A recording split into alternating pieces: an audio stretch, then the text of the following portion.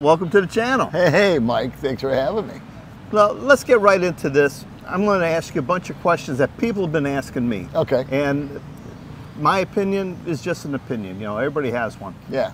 What would you have done different if you had to do it over before you came to the Philippines? Before I came to the Philippines, I can't say that I really would have changed much of anything, because on my 62nd birthday, I was in line at Social Security. And I guess the only thing I would have done differently, which was really not under my control, would have been to save more money. But I would not have waited an extra day. Oh, I know what I would have done differently. I would not have acted so quick to sell my condo. I was 5 months.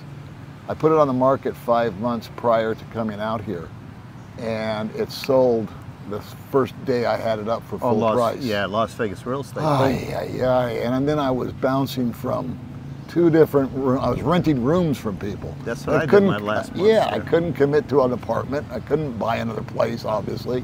And so I had to unload, and I had to move. Then those people moved, and then I had to move again.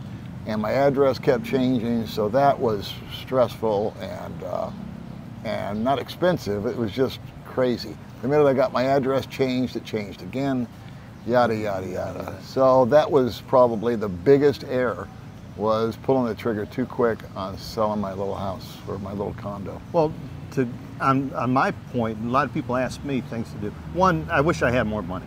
Everybody should have more money. No matter where you are in this world, more money is good. Yeah. There's nothing bad with more money. Yeah. And a lot of people say, I wish I could have come earlier. You know, I came at 68. Okay. So COVID took 2 years. Yep. 66, you know, Yep. a full retirement age. Yeah. I had the ability in my late 40s to pull the trigger. You know, I had more money when I was in my 40s than when I hit 60. You know. Did you have an income stream? I had good jobs, and I had good savings. And but you couldn't have come at 40 and stayed, because you'd had to bounce back and go back to work, right? That's right. But I could have come for 3 months, 5. Being a machinist, I could have gone back and forth with a trade. But I didn't do enough traveling here in my younger years. I wish you know. And that seems to be a big change that's happening here. You're noticing a lot of guys here in their 40s and early 50s. Yep. Yeah, there are more and more guys that are qualified to retire at their 40s or their 50s. They are either have been very savvy with their money, and they invested it, and they were minimalists and all that happy stuff, or they just got lucky in real estate. Most of the time they got lucky. They got lucky. They bought after 2008, not before 2008. Right. And they tossed it into some, app or something that took off, or they are disabled vets. Yeah, or retired vets. Right, or retired vets, but they're very young, and so they have that income stream. They found nothing left in America. It's boring. Economically, it's much more viable over here for them. If they're looking for romance or a relationship, it's much more viable for them over here. So that's the interesting dynamic now, is I've seen a lot of younger and younger and younger guys. And you were talking just a minute ago, we won't mention any names, but how complicated it seems to be for these guys. And they're just not settled in yet. And they can't decide. And I asked you a question, what's more important, location first, or if you're into the romance thing, girlfriend first? Well, what is your take on that? Well, my take is, the reality is you're coming girlfriend first. You know, you're older, you haven't had a beautiful girlfriend in ages, and you've been talking to them online, and the anticipation of being with them, you're going to go to where they are. Where the reality of real life is, you should pick your destination first before you find a permanent partner here. You need to like where you live. You need to like where you're going to call home. Right. And I was in Bohol before I came to Dumaguete. It was great for the first 2 months, decompressing. Were you meeting somebody there, or you just come over? I did meet somebody there. So that was your driver for going to Bohol? Yeah, for going to Bohol. But that didn't work out, because a lot of long distance relationships, they don't work out. Right.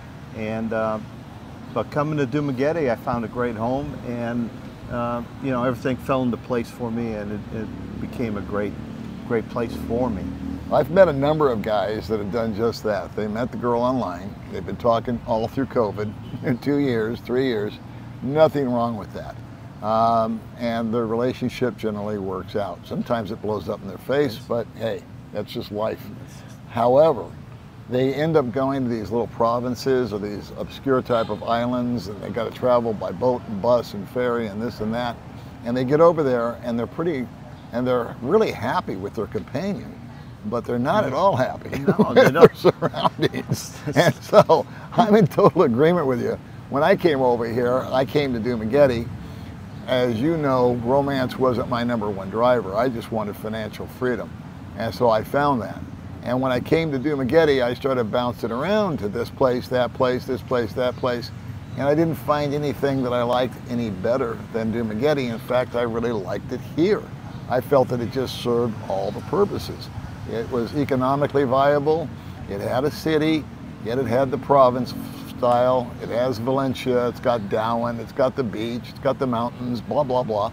And I think it's imperative that you like the island, the city, wherever it might be that you're at, and then go for the romance or go look for the girl. Because you can always meet a girl, huh? You always meet somebody. You know, something always happens that you meet somebody. You know, they say there's one person for everybody. I don't believe that. There's many people for everybody. And the location you're in, you just got to keep your eyes open, see who's interested in you. Don't be too aggressive here, I believe, in Dumaguete. You need to, what's that saying you always have? Slow down. Slow down. You don't have to find that living companion the first week you're here. No, I was here 2.5 years. 2.5 before years. I met May. Yeah. And so, if that ain't slowing down, I don't know what I don't know what is. So do you consider Dumaguete a city or the province? Dumaguete, I break up, I liken it to this. You're familiar with Los Angeles? Yes. Okay, so I lived in the San Fernando Valley. Now my birth certificate said I was born in LA, Los Angeles. Well, I've been to downtown LA, and it's not fun. It's high rises and traffic and psycho, and at 5 o'clock it's 3 hours on the freeway and blah, blah, blah. That's kind of the way I see Dumaguete proper, where we are right now. When you go to the public market at payday and it's bumper to bumper traffic, it's busy, it's crowded, ATMs are running out of money, you know, and then if you go 20 minutes on either direction, you go up to where I live, or you go out to where you live. Now that's kind of like the suburbs. So I lived in the San Fernando Valley, and sometimes I would travel into the city, LA city, and do business or whatever I had to do, and then come back home.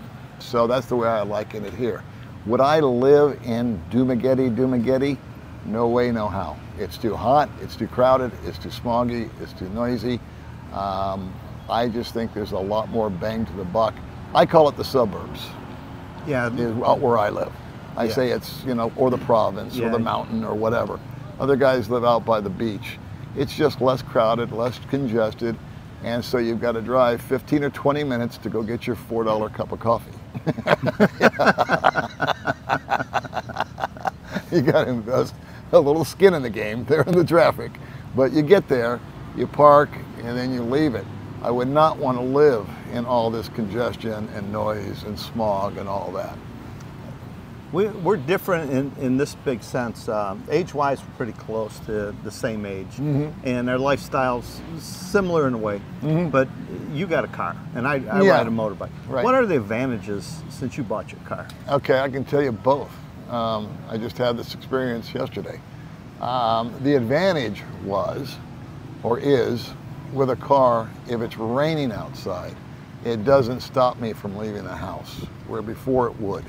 So if it's raining, just really raining, or even misty, I'm not comfortable on the bike because my hands get wet. I wear eyeglasses, I can't see. It's slippery, visibility is down. There's just a safety element. And you're up on that mountain too. Yeah, and I'm up on a mountain, so it rains when it might be hot as hell down here. I start off in the rain, or I might drive into the rain on the way home. So, and then there's just the uncomfortableness of getting wet, you know. So The car is usually, I drive, today I brought the bike. So we're on the bike because it's a nice sunny day. Beautiful we can day. scoot in, we can scoot out, we can zip here, we can zip there, no problem. But yesterday we went shopping at Robinson's to go get our groceries. So we had the trunk, we even put an ice cooler in the back of the car. And so all the meats and the cheese and all the other stuff that needed to stay cold, we had that in the cooler. The rest of the stuff was just spread out in the car. So the car was a great little grocery hauler. So it protects you from the weather. It's safer if you get into an accident of any type as opposed to a motorbike. And the downside to it is I went to Robinson's to buy groceries and I went to buy a new ink cartridge for my printer. Well, they did not have the ink cartridge to the printer at Robinson's. So we had to go to another location, and finding a parking spot was quite the grind. You know, in the bike, I could just have zipped up right to the front. Yeah. Not us. We had to park halfway down the street, get out, walk down, find it. Not that that's such a big deal, but when it's hot outside or you've got stuff in the car, it is a big deal. It's a big deal. Because it's just an Easter egg hunt when something's out of stock. Now, So, you've mentioned before you've driven your car into Dumaguete. Yep. Park it. Yep. And then grab the trike. Yep. Which- What we'll do is we have 3 or 4 things to do. For example, we'll have to go to the dentist, and then maybe we'll have to go to immigration and do something, or we'll need to go to a doctor. We'll have different errands that we have to do in different locations. We'll bring the car down because it's raining and park it right on the boulevard, usually at Tom Tom's or someplace close to that. We'll grab a trike and we'll go to the doctor and we'll get our prescription, or Mayo go see her doctor to get her migraine medicine. Then we'll walk or take a trike to the pharmacy, and then we'll zip around and take another trike to immigration and get that knocked out if we have to go there, and then take another trike back to the car, and that cost us $4 or $5. And so we had the luxury of coming down in the rain, getting it all knocked out. We didn't get wet, we weren't in any kind of danger, and we got all of our stuff done. So I just think it's part of the adaption. It's adaption there. Me, when it's raining, you know what I do? You put on a rain suit. Janet, you got to go to the store. I'm going to watch the house. Janet puts on the rain suit. But yeah, I have to put on the rain suit. What a catch you are. I am. I'm the best husband in the world, yeah. man. Well, that Janet's a lucky girl. So now, there's something we both did, but differently. I went and got a physical at Silliman University, and I did the workup, you know, the X-rays and the ultrasound and everything. You went to Thailand for yours. I did. How did you find that experience in Thailand? Perfect. I mean, it was 100 out of 100. I felt they have packages that you could buy. I bought one for myself, I bought one for May. They spoke perfect English. It was state of the art. They had a system where they had a nurse that was assigned to you, assigned to me, and then one assigned to my wife. She went that way for females, I went that way for males, and off we went. We went from room to room to room to room to room, and then after about 4 hours, they gave us each a voucher, and they said, here's the cafeteria, go in there and have lunch. It's part of the package. We had lunch, and then we finished it up. All the stuff where we had to fast the night before got done first so that we could have that lunch. We were pretty hungry after having, you know, the blood work you can't eat and all that kind of 8 stuff. hours fasting. And then you sat and talked with each and every doctor for as long as you wanted to. And so I found out that I had a little bit of bone loss. I found out that my testosterone level was low. I found out that my heart was in great shape, my lungs were in great shape, which always just floors me because I've been told that by the last 4 physicians, because I've smoked most of my life. So you would think that would be the first thing to go. But I was on that treadmill, I did fine. And what else was wrong with me? Oh, cataracts. They discovered I had cataracts. And that was really the main thing. Now, I did the same thing in America prior to coming out here that I did in Thailand. but I faked all my symptoms because I had insurance. Yeah, so sure. I kept going in and said, man, I got chest pains, you know. Yes. And they were like checking me out. They're going, well, you're fine. And I go, I don't know, man. I don't feel good. It's just, I don't know what you have. And so they just kept doing more and more and more and more tests. And they did a whole thing on my arteries. They did all this stuff. And my insurance picked up every nickel. And so when I left America, I had a clean bill of health. And then after being here for 4 or 5 years, I went and I did it all over again in Thailand. So I'm just blessed, I guess. I have not had any major events. Where I know guys that are a lot younger than me and you, and they're having nothing but issues. I spoke to one on the phone today. He called me up and told me he's got this problem, that problem, this problem, that problem. And I don't know what to tell the man. No, it's, but you guys, when you're back home, take advantage of your insurance. Get as many tests done as you can. Tell them you're sick, you know, and get that. I have to go for a colonoscopy, and because of COVID, when I was back in the state, you couldn't do that during the COVID times. And I would have felt much better having it done in the U.S. than I would here in the Philippines. So take advantage of your insurance, your Medicare if you have it. Now, Medicare, people ask me, do I keep my Part B? And we're different here. I dropped mine, and you kept yours. Yeah.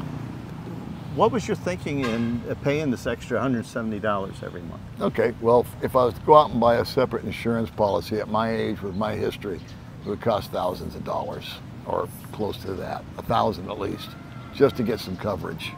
I kept the Part B simply because if I get diagnosed tomorrow with something chronic, then I can go home, or I can go to Guam, or I can go to Puerto Rico for that matter, and I can get treated for free.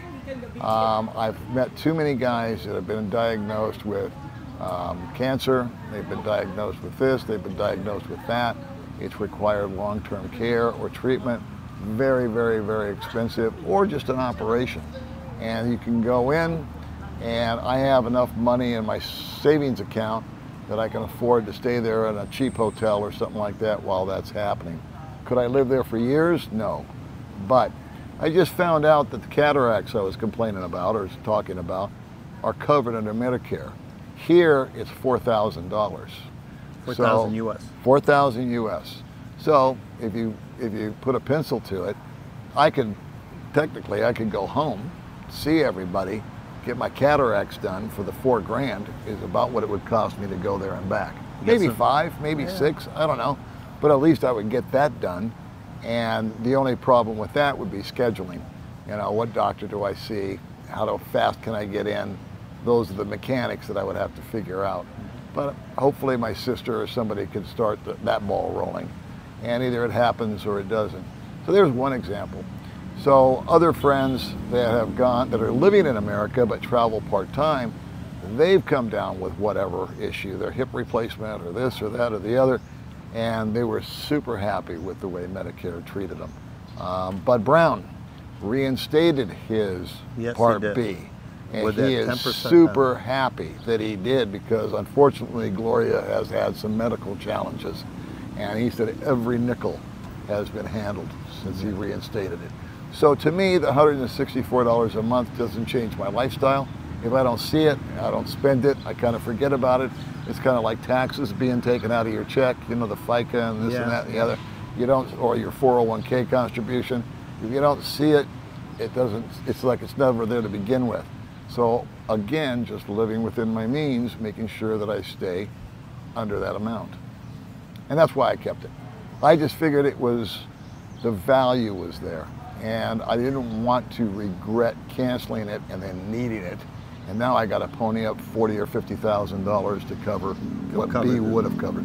That's my thinking. So you found, here in Dumaguete, you found your peace. I did. You know, we talked about this once before, where I'm still not at peace yet. There's a lot of things I need to accomplish and get done, you know. Like what? Well, buying a car here in the future. Oh, okay. And, you know, taking care of Janet's future needs. Nothing that money couldn't solve. Nothing money can't solve. Because I have a wife, I have family, and I'm happy with all that.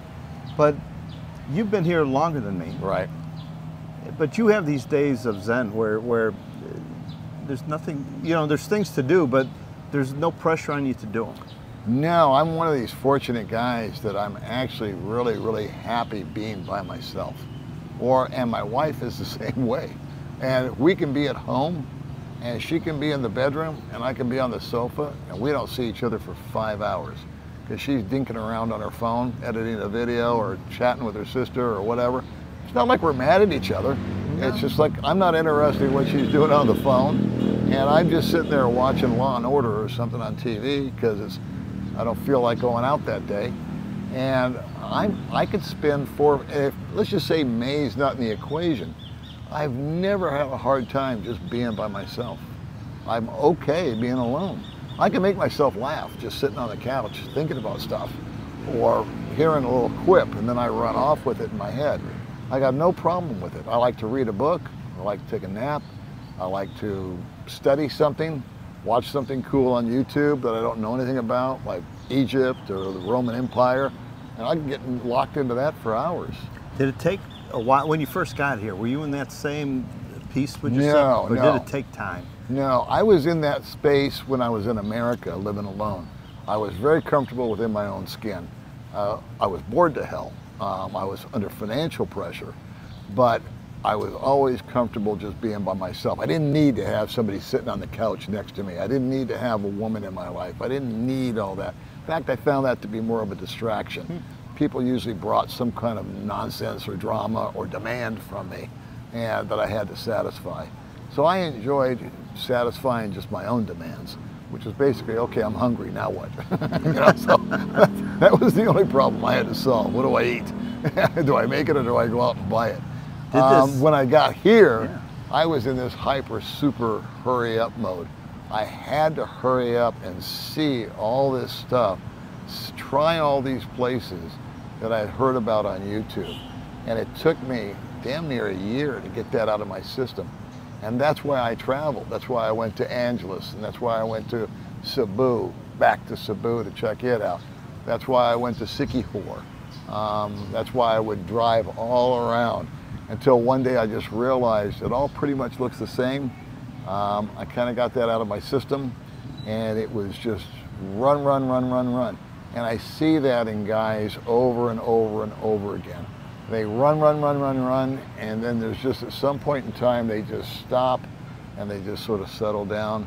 The blood pressure lowers, and it's just that initial excitement that you have when you get over here, because you're wanting to learn, you're wanting to explore, you're wanting to see, you're wanting to experience. Yeah, you hear about someone says they're over in Leyte and it's beautiful, and you say, man, I gotta get over there and check it out. Oh, yeah. And you gotta check this out. You know, they say there's over 7,000 islands, and you know, I've seen 4. Right. And that's probably going to be my limit, 4 or 5 islands that I end up on. Well, after waterfall number 5, I said, well, that's enough of waterfalls. I have a limit. Here. I have a limit on waterfalls. You got to walk down all these steps to get there and damn near kill yourself. 50 steps or less. It just wasn't worth it, you know. Okay, there's a waterfall. It's like when I went to go see the Grand Canyon. Me and my son went. We looked at it for like 10 minutes, and we go, well, okay. You know, we got back in the car and went home. Saw the Grand Canyon. Yeah, you get up to the Grand Canyon, you put your arm around your wife and say, man, this is beautiful, let's go. What's for lunch, you know? Yeah, that's deep. Sometimes the anticipation exceeds the actual experience. Absolutely. It's like a blind date, you know? Absolutely. You're excited to go, but once you get there, you say, man, when's this ending? Yeah. And you want to get back home. Yeah. Now, what are your goals here now? You know, you're approaching up to that big 7-0 number here. And you're living up in Valencia. Where do you see yourself in 10 years from today? Well, I actually could die tomorrow and be okay with it. And I would not be able to say that 7 years ago. But if I died tomorrow, I'd be cool, because I've lived more in the last 7 years than I did in the last 69 years. And so I have accomplished more things, done more stuff, discovered more things about myself. I think eliminated a lot of negativity that I either allowed in or was projecting, and just kind of put that behind me. And now I'm at a place where I know if I did the right thing by my wife. She set up as far as income. She set up, I bought her some property. It doesn't have a house on it, and that's okay. The hard part's over. We found the right property at the right place. It's got a clear title to it, and she'll have the funds to build a house on it if she wants. And that was the thing. I said, you know, the first project when I got over here was me. And for 2.5 years, I worked on me. And then I met my wife, and then she became my project. And I sort of worked on her. And I got her a passport, a driver's license, and a bank account. And she started a little YouTube channel, so she got a little bit of income coming in. And then we bought the car, and she got her own bike. Then she learned how to drive. All these things that she would never have accomplished or even dreamed of accomplishing. And she admits that to me. She goes, you know, if I hadn't have bumped into you, I would probably just still be living with my mother and working as a caterer somewhere. Because she was not one to run out and date guys. Right. You know, she was not a foreigner chick where she would never ever even think about walking into a bar or a foreigner-owned type of establishment. It's just not her thing. She's actually very, very inclusive and very, very shy. You wouldn't know it when you see her on camera, but she's sitting over wife, there. You Yeah, know? she's sitting far from here. Right. And Janet's right behind the camera because Right. somebody has to be there. Right. Making sure we look handsome and guapo like yeah. we are. The Yeah, hair's you in the can right do a lot place. better job next time, Janet. So, did this bring your peace to you? Is, you know, I've heard this before from, I think Rick Hayes said this, leave them better than you found them. Oh, yeah. You know, with a girlfriend or a wife. Sure. You've reached most of the things you want to I feel like the accomplish. pinnacle's pretty much been reached. Right now, I'm kind of on cruise control, and it's really kind of a good feeling because all these things that I just aforementioned, getting a checking account for her, my own driver's license, you know the drill. Yeah. Getting married, all this and that. It was not one of them was what you'd call simple. They were brain damage, you know, with extra cheese on it. Yeah. Nothing is easy. Oh here. man, I mean, it was just a nightmare. Paperwork-wise, bureaucrat-wise, government. Just psycho. Yeah, I felt like my head was going to explode about 15 different times on all little projects. And it's like I've got the heavy lifting behind me. And so she's set for life. We're set for life, as far as I can tell. Yeah. I can't see anything other than, you know, a medical event, and that's going to happen at some point in time in the Happens to all of future. us at some time. And none of us are infinite. We're all going to die at one point in time. It could be tomorrow. It could be 20 years from now. But I continue on with the same habits that I acquired when I got here, which was to live below my means. And we were talking about money. Money is a fantastic instrument as long as it doesn't define you. It should be there as something that gives you safety and security. But you don't see me wearing a bunch of bling. You know, we bought the world's most base car that you can get. We didn't go with anything fancy, SUV. And we bought it because we needed it. We felt that there was a time. I got needs and I have wants. Well, I want a lot of things, but I don't need them, so I don't buy them. But the thing I'm missing in my life is, I think it's that where if I left today, I still worry about how I left Janet. You know, Yeah. And I think me personally, living here in the Philippines, and if Janet wasn't here, I'd be okay. I worry about Janet after sending her back to the life she might have had before. Well, let me turn the tables on you. How do you feel about yourself since you got here? I feel so much better. And how long have you been here? I've been here 2 years now. See, I've been here 7. 7. So you just need more time. Yes. And as long as you're here and you follow the same theory that I followed, which is, you know, don't spend anything, always stay under your budget. Have a number that you get. And every month, whether it's $5 or $500, put something away every month. Mm-hmm. And the next thing you know, in a year, 2 years, whatever your time frame is, you're going to have that car. And then whatever the time frame is, if it's so your desire, you'll have that house or that land or that condo or whatever it is for Janet. and her son. And so you're on the same path as me. I just got a head start. You got a head start. A little bit smarter than me at times. But I tried that envelope method last month, and didn't work. Jan and I sat down, we put all the money in the envelope. We were going up to Cebu. She said, I'm going to go buy the tickets. We're going to take the ferry. And she dumps, she goes, there's no money here, Mike. We can't afford the ferry. And I warned you about that halfway through the month. I said, man, I ain't going to make it. What do you do if your envelope's empty? You use the envelope method. I do. Well, here's what I do. I have my lump sum, and it's my set budget. And I immediately take an envelope and I set aside about 25,000 pesos for rent and electricity. That's what it's going to be. That's actually a little overkill, but that's what that is. And then I've got left over the rest, and I ask myself, okay, what expenses do we have this month? For example, will May need to go to the dentist this month because she's got braces. So I know what that's going to cost. Okay, she's going to go to the dentist. I've got to peel off 2,500 for that payment. And then we always go to the store. We always do the same thing. So I count the remaining amount, and I know in my head how much I can spend per day before I replenish the budget 30 days later. But the biggest advice you're going to give people, and you've said it many times on your channel, is that slow down. Everything doesn't have to happen in 1 or 2 days. No, I learned that from the first lady that I dated for a while.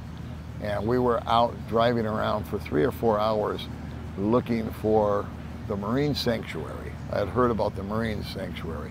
Well, I know where the Marine Sanctuary is today, but back then I didn't. And much to my surprise, there was no big sign that said Marine Sanctuary public with an parking arrow. Here. Valet parking. You know, that didn't exist.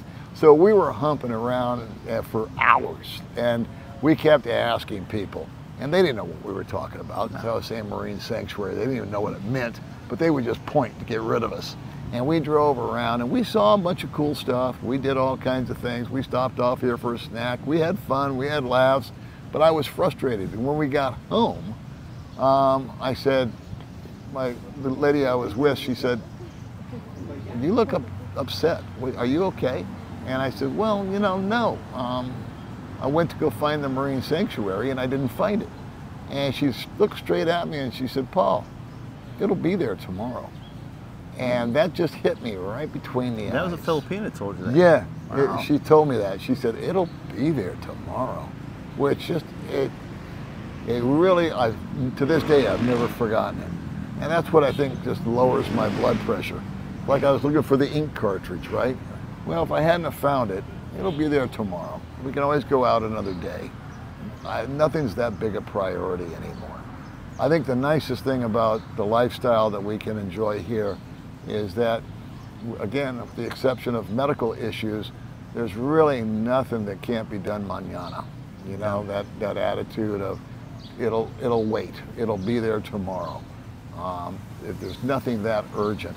And if there is something that's urgent in my life, that means I was remiss in preparing for it. Not prepared. You know, so that's why we do all this psycho shopping when we go. We go and spend $300–400 yesterday and just filled up the freezer, filled up the refrigerator, filled up the stock of stuff that we know we're going to use over and over and over again. Kind of the Costco mentality. But boom, it's done, and it ends up saving us $400 by doing it that way.